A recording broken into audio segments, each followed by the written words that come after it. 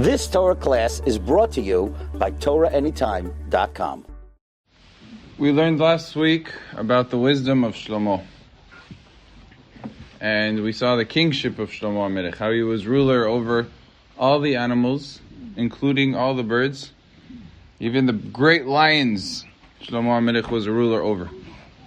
And Shlomo HaMelech now, 4 years into his kingship, is ready to build Beit HaMikdash. Now there were several things Shlomo HaMelech needed to do to prepare for the building of Beit HaMikdash. He needs a lot of money, right?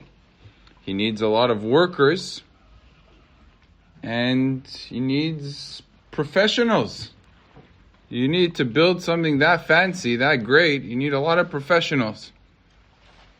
So he asks the king of Egypt, Paro. Paro sees a letter written by Shlomo HaMelech and says, please send me your professional workers, the craftsmen that know how to do very, very sophisticated work, so that they could teach us in this work. And Paro is no tzaddik. Everybody knows this is all the Paros are no good. And Paro wanted to stifle Shlomo HaMelech in the building of Beit HaMikdash. So what does he go do? To stop him. How is he going to stop Shlomo HaMelech in the building of Beit HaMikdash and at the same time seem like he's a good friend, because he doesn't want Shlomo to be upset at him? He turns to his stargazers, the astrologers, and he says to them, I'm going to send Shlomo HaMelech all of the workers that he needs. Send me every single person who's going to die this year. Look in the stars, see whose mazal is it to die this year, and tell me who they are, and I'll send them. That way, when Shlomo HaMelech begins building Beit HaMikdash, and all the workers that come to him start dying, so what's Shlomo HaMelech going to say? He's going to say, oh no, Beit HaMikdash is killing off people. And nobody is going to want to help build Beit HaMikdash, because they're going to see the people that are helping are dying. And then I'll be able to get mad at Shlomo and say, how dare you? Look what you did with your building of Beit HaMikdash. My people ended up dying, and you owe me them. And then I'll be able to punish Shlomo HaMelech for, so to speak, killing my people. And that way nobody will want to build Beit HaMikdash, and Shlomo HaMelech will have a problem with me. So he sent him all the people that were going to die that year. A lot of workers.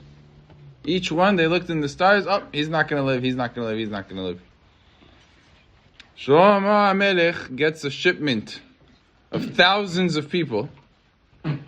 And what does the pasuk say about Shlomo HaMelech? Vaterev chokhmat Shlomo mikol bnei kedem umikol malchei Mitzrayim. Shlomo HaMelech, there was one small problem with Paro's plan, and that is Shlomo HaMelech was a bit wiser. He was smarter than all of the stargazers that were in Egypt. And everybody knows that in Egypt they were professionals. They knew how to stargaze like nobody else. So what does Shlomo HaMelech see? Shlomo HaMelech sees exactly what the stargazers saw. That these people that were sent to him are going to die in the year. He tells his servants, he says, quickly, arrange for me white shrouds. White shrouds are the clothing you put on a person who died before you bury him. Arrange for me a lot of them, thousands of them, and bring them together with all of these trained servants back to Paro and send him this message. Evidently, you must not have enough shrouds in Egypt and graves to bury your dead, so I sent you a few. And they sent it back like that. This is how wise Shlomo HaMelech was, except the Ben Ish Chai has a sefer called Imre Bina. And in his sefer he asks a very simple question.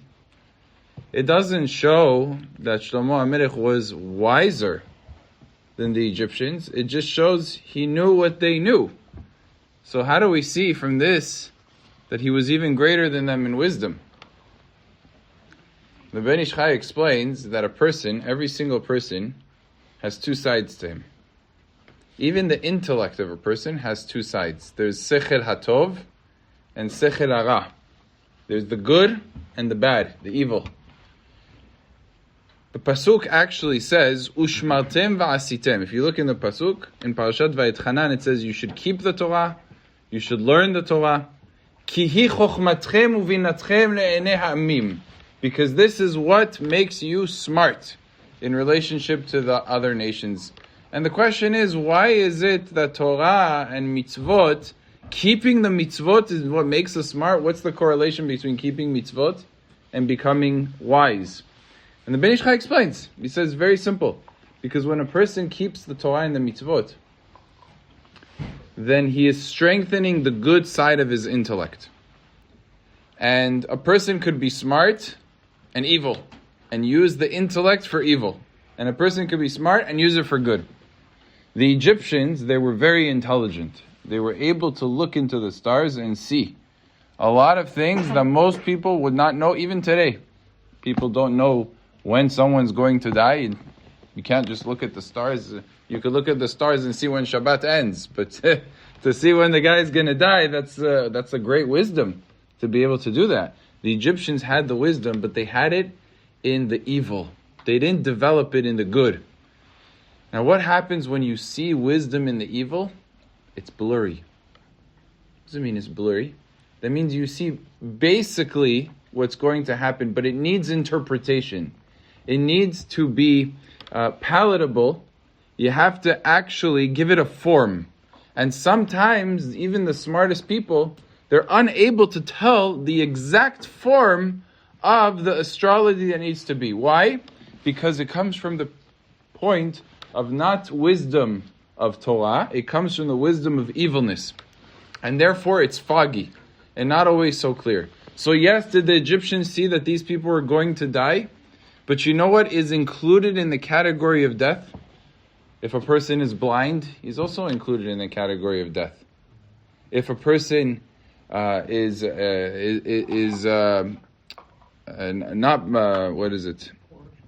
it's poor, but no, tzarat, more so tzarat, also poor, but also if a person has blemishes and he has to go ahead and confine himself away from people, he's also in the category of dead.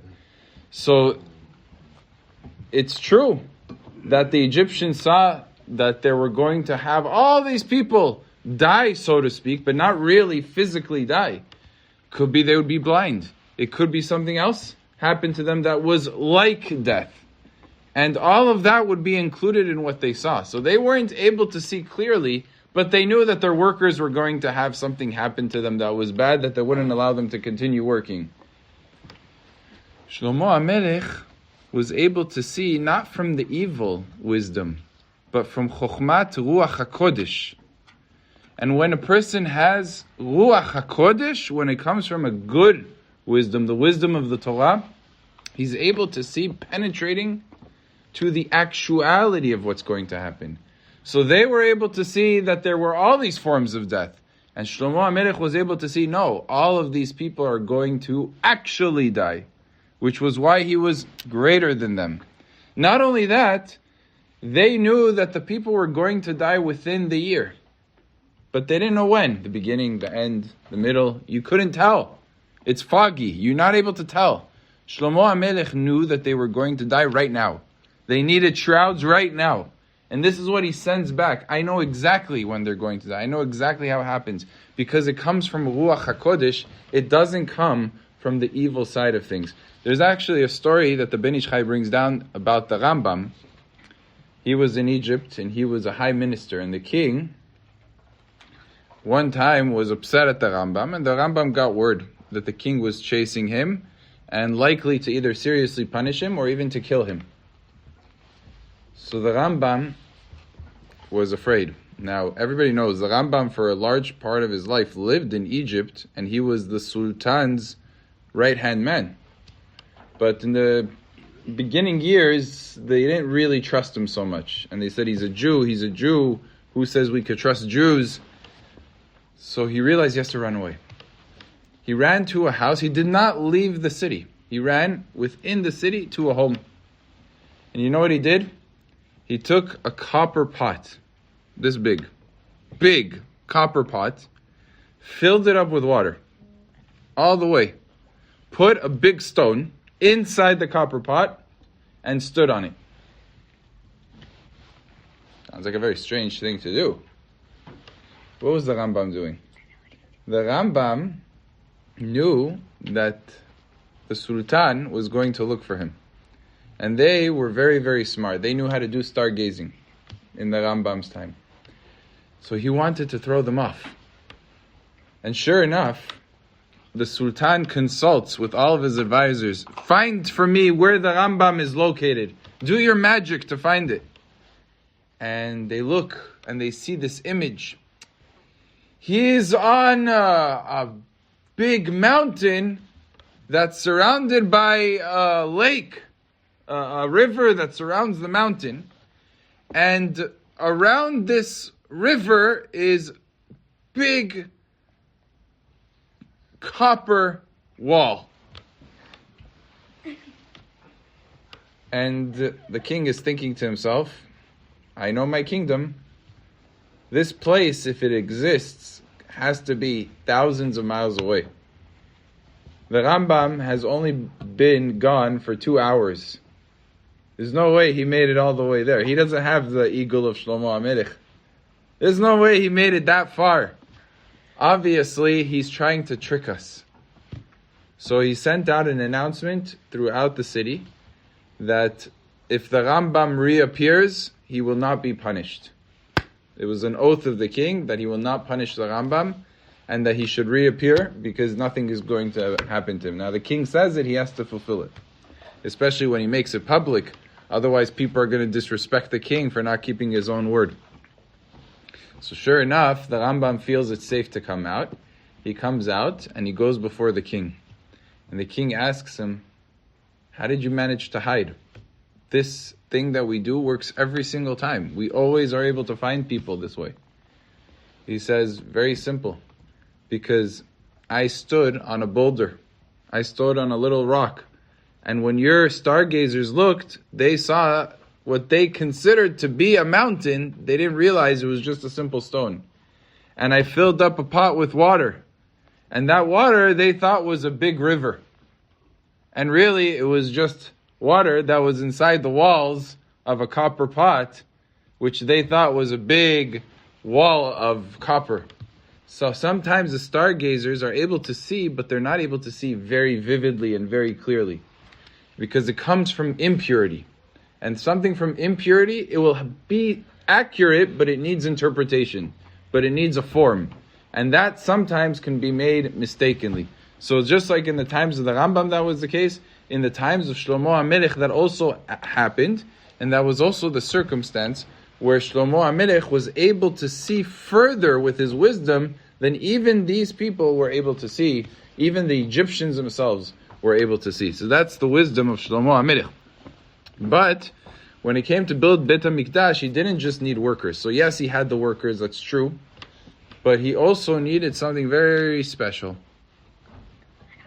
This is called the Tolat HaShamir. The Tolat HaShamir is a special type of worm. And this worm, when the Beit HaMikdash needed to be built, it was one thing that needed to be done. It needed to be Even Shelema, a stone that was complete. You could not take an axe. You could not take a chainsaw. You couldn't take anything that was made out of metal and carve out the stones.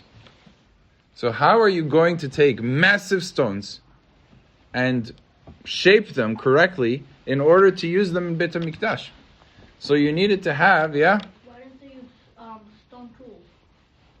No, that's what I'm saying. You couldn't use any material. And forget that. Even it had to be complete. If you're going to take something and you're going to chip off of it, then it's no longer shalem. It's no longer complete.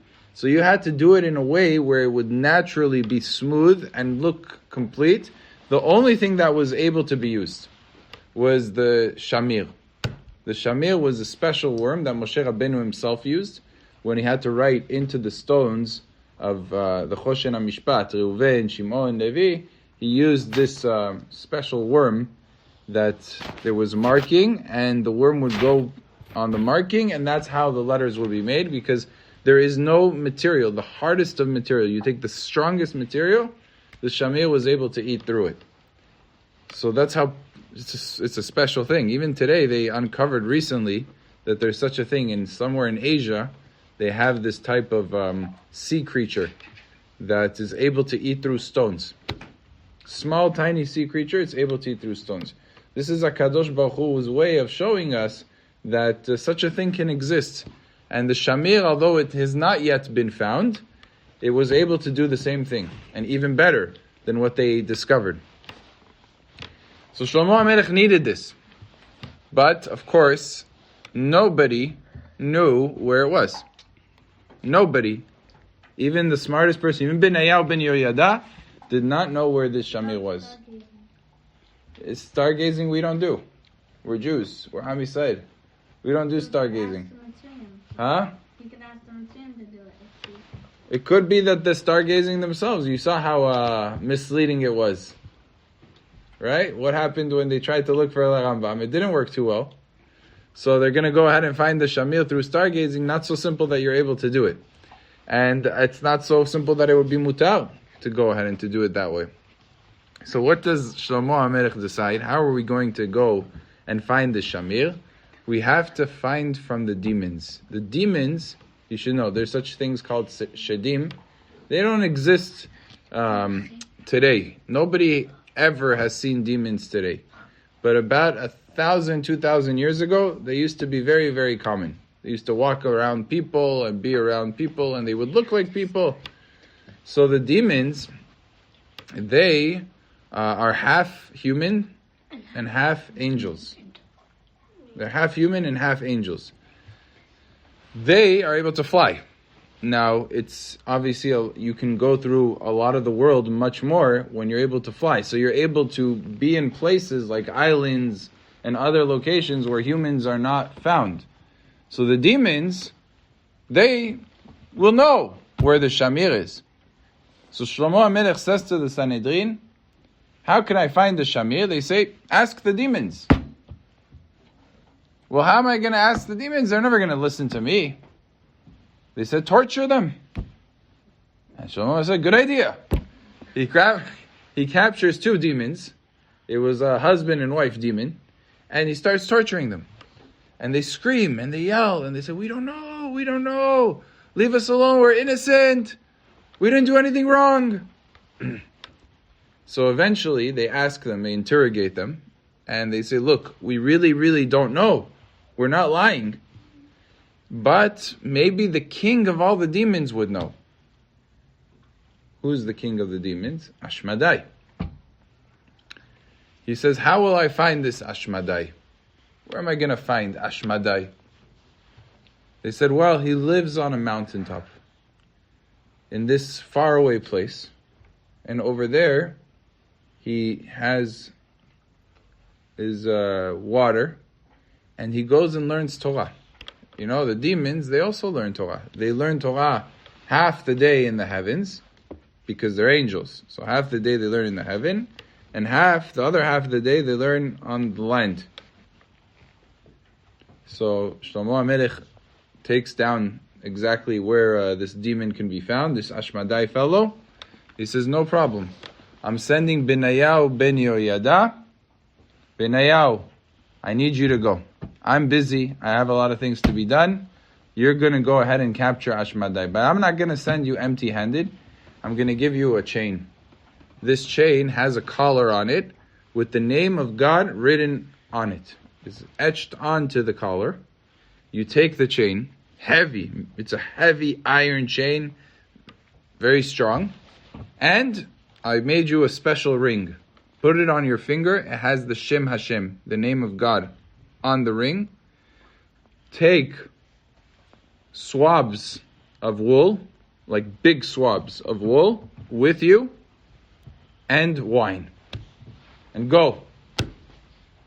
He explains to him exactly what needs to be done. Benayahu gets to the mountain, and he finds there that there is a sort of, on the hill of the mountain, there is a well.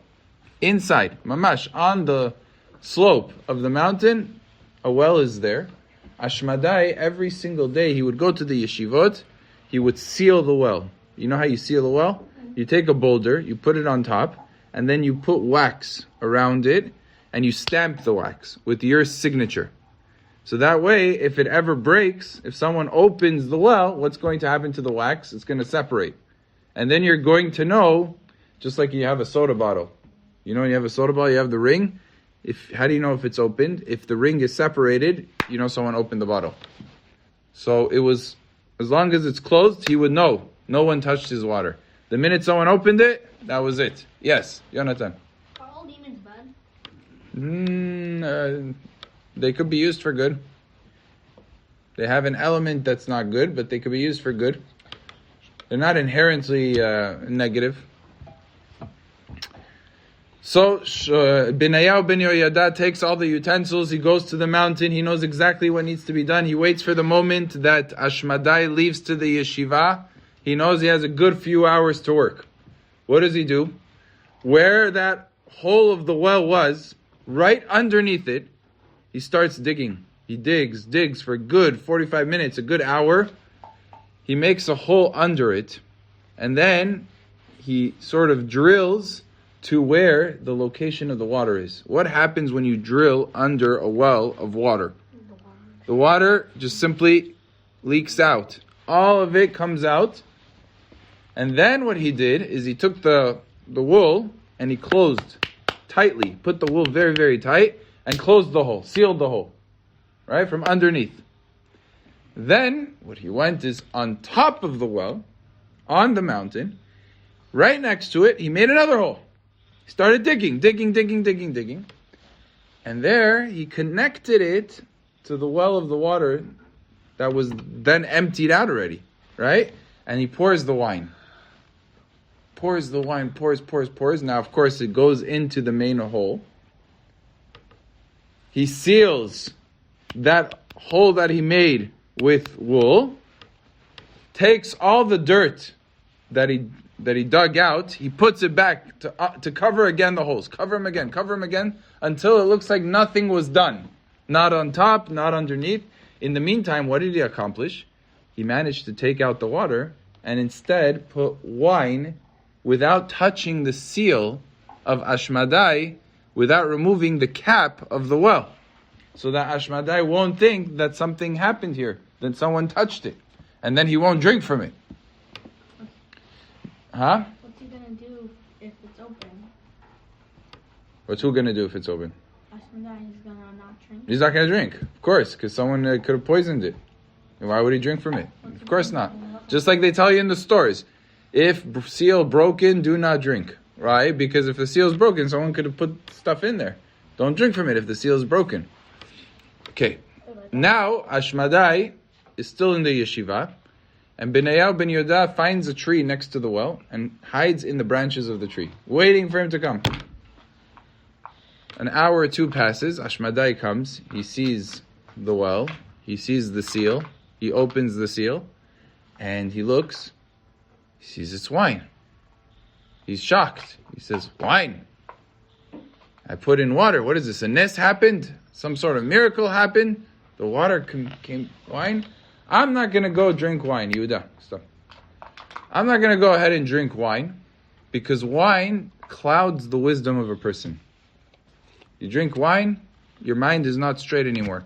And I need my mind to be very focused, very concentrated. I'm not going to drink wine." Problem was, he was getting very thirsty. So 1 hour passed, 2 hours passed, 3 hours passed. You can manage, but eventually you're so thirsty, you just drink anything. He says, okay, fine, I'm just going to go ahead and drink. Eventually he gave in and he started drinking the wine. And what happened was, he became tired. Now when a person becomes tired from wine, he goes to sleep and it's very hard to wake him up. It's much harder to wake him up than if he just goes to sleep regularly. So Benayahu was waiting for him to fall asleep. Ashmaday falls asleep. He knows he's asleep solid. He comes down from the tree. He takes the chain, puts it around the neck of Ashmaday. Makes sure the ring is on him good to protect him from Ashmaday. And he waits for Ashmaday to wake up. Ashmaday wakes up and he's about to go, and he realizes the chain is holding him down. He's not able to go. And he's going to break the chain. He's trying to break the chain loose. Now, you have to understand, demons, they're very powerful. They're a lot more powerful than people. So he can literally take the chain and break it. So Benayahu says, stop. The name of your Lord is upon you. The name of HaKadosh Baruch Hu, Shem Hashem. So now Ashmaday realizes he's not able to break the chain. He's not able to attack Benayahu because he's wearing the ring with Shem Hashem, which protects him. He realizes he has no alternative. He's stuck. He was taken captive, and he starts screaming. He realized he lost, so he's upset. And he turns to Benayahu with all of his anger, and he says, why did you do this to me? I did nothing to you. I didn't deserve this. I'm innocent. Why did you take me as a slave? He says, the king Shlomo requests your presence. The king is a ruler over all, including the demons and including you. And you're asked to come before the king. He says, I will only come before the king if the king tells me what this is about. Benayahu knows why Ashmaday is being called. But he says, I was given a mission by the king to bring you. You have no right to ask why you're coming before the king. You'll find out when you're there. Now Ashmaday has no choice. He's led by Benayahu, and they're going through the streets of Yerushalayim. As they're walking, Ashmaday does several things that are very interesting. First of all, it says that there was a poor blind man, who was walking on the streets, and Ashmaday, the demon, which Yonatan, you asked this question. The demon, he started helping the poor man. Started helping him. He was taking him along, like holding his hand, like mamash doing a mitzvah. It's amazing. The next thing, Benayahu sees him, he's walking next to him, he sees him helping out a drunk man. There was a guy who was drunk, saying not such nice things, and Ashmaday was there helping him. Wow. Man, this is the king of the demons, is a big tzaddik. All of a sudden, they walk by and they see a man who's talking to the shoemaker. And he says to the shoemaker, I need you to make me shoes, but I need you to make me special shoes. They have to last for 7 years, these shoes. They have to be very, very good shoes.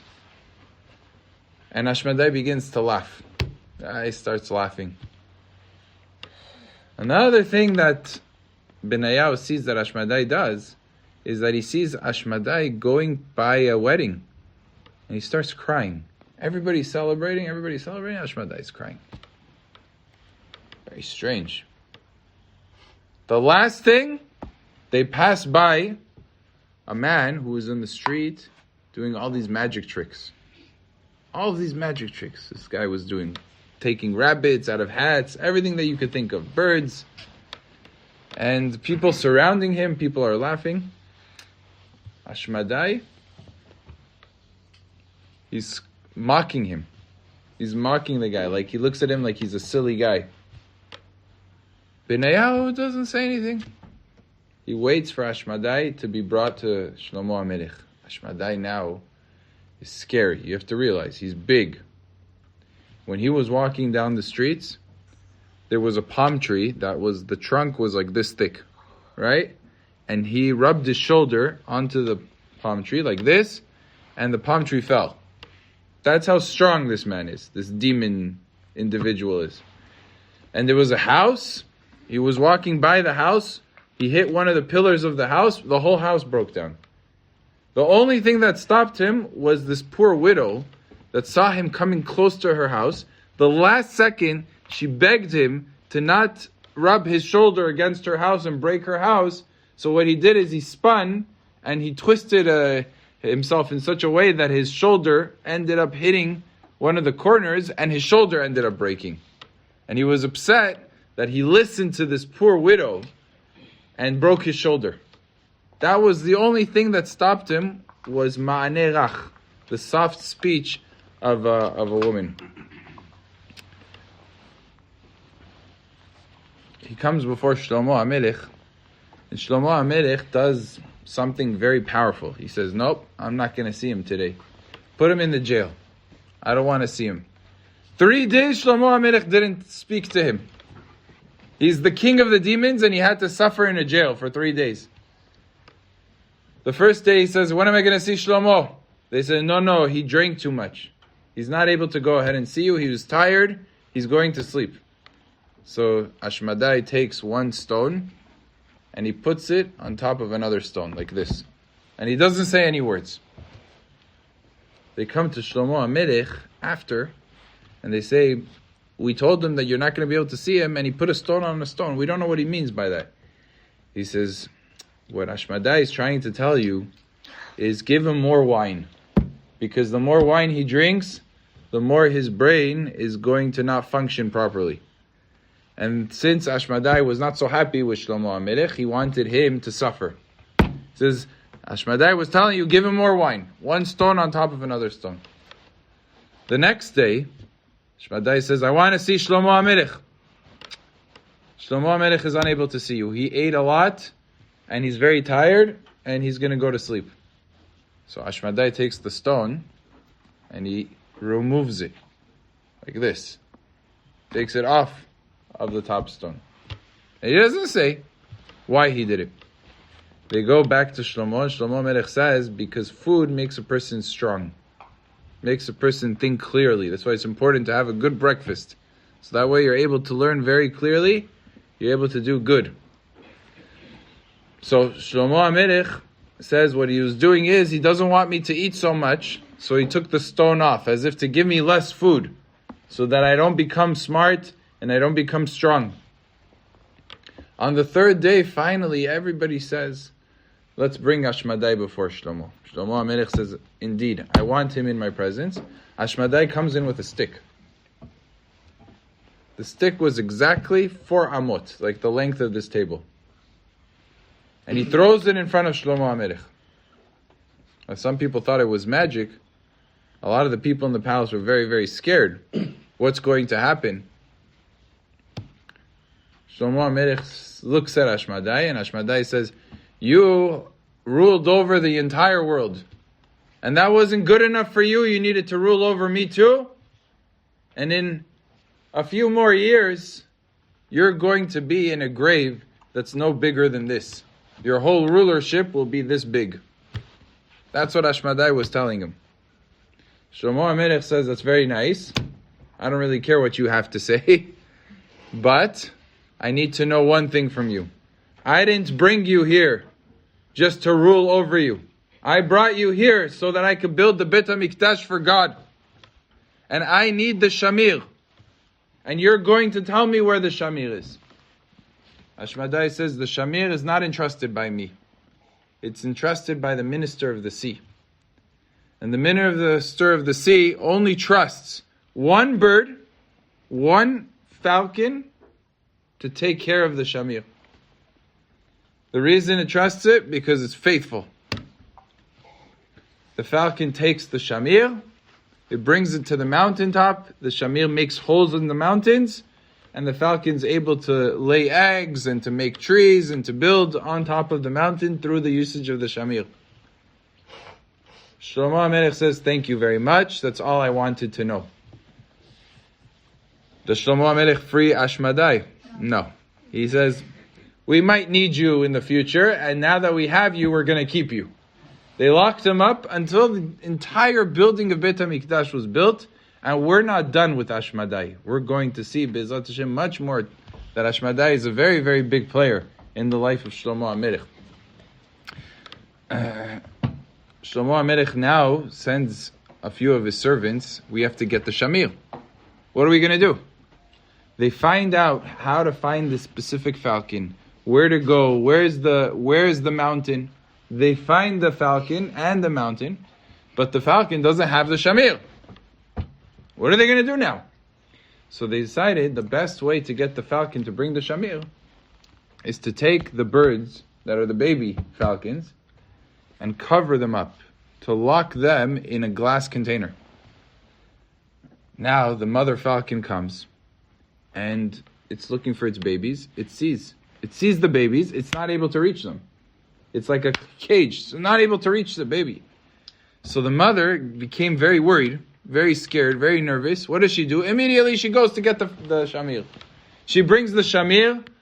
As she's bringing, the servants of Shlomo HaMelech see her bringing it. They start screaming, making loud noises. They frighten the bird. The bird lets go of the shamir. It's just in her mouth. Lets go. They catch the shamir.